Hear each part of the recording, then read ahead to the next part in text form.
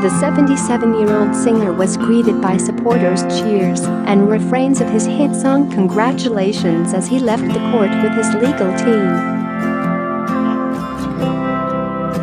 Cliff appeared weak and gaunt as he emotionally choked out a statement, having won the six-figure sum in damages from the BBC.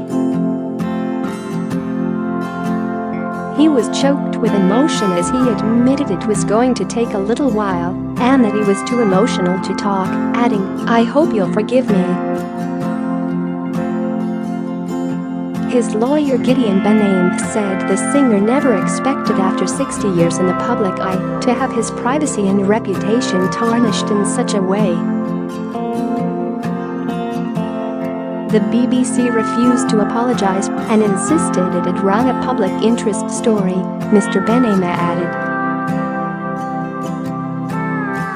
He said serious questions should be asked about why the organisation tried so hard to preserve its exclusive story. He added the singer was not interested in personal gain as he would be substantially out of pocket and his aim was to right a wrong. Chief Constable Stephen Watson of South Yorkshire Police said he accepted the judge's findings. "I particularly welcome Mr Justice Mann's findings that all South Yorkshire Police officers and staff were found to have acted entirely honestly and were credible and reliable witnesses," he said. "At a very early stage of these proceedings, we accepted and apologised to Sir Cliff Richard for the mistakes we made in our attempts to protect the integrity of the police investigation and the rights of the complainant balanced against Sir Cliff Richard's privacy rights. I would like to take this opportunity to again offer our sincere apologies for the distress Sir Cliff Richard has suffered." The BBC's Director of News, Fran Unsworth, said the corporation would be looking at appealing against the judgment next week.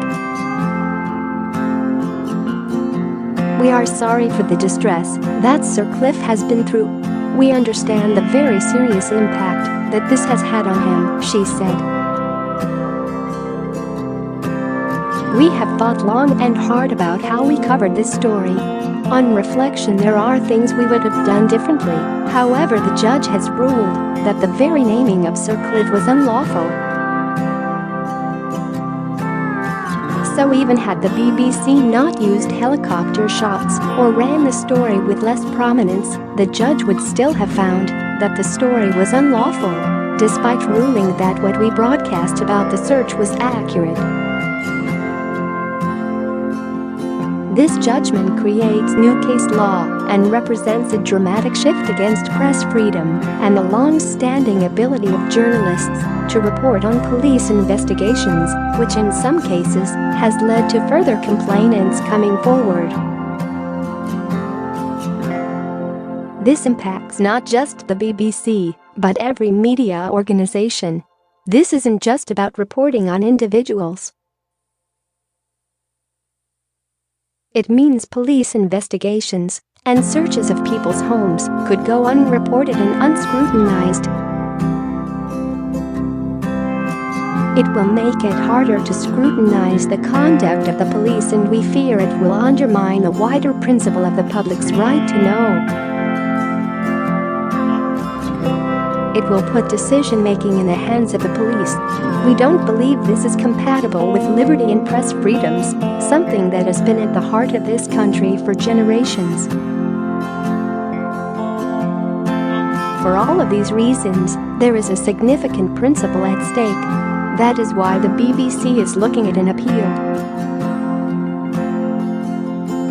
Asked by a reporter if either she or BBC head of news gathering Jonathan Monroe has considered offering their resignations, Ms. Unsworth replied that the judgment was very long and that the corporation will take time to consider what lessons are to be learned.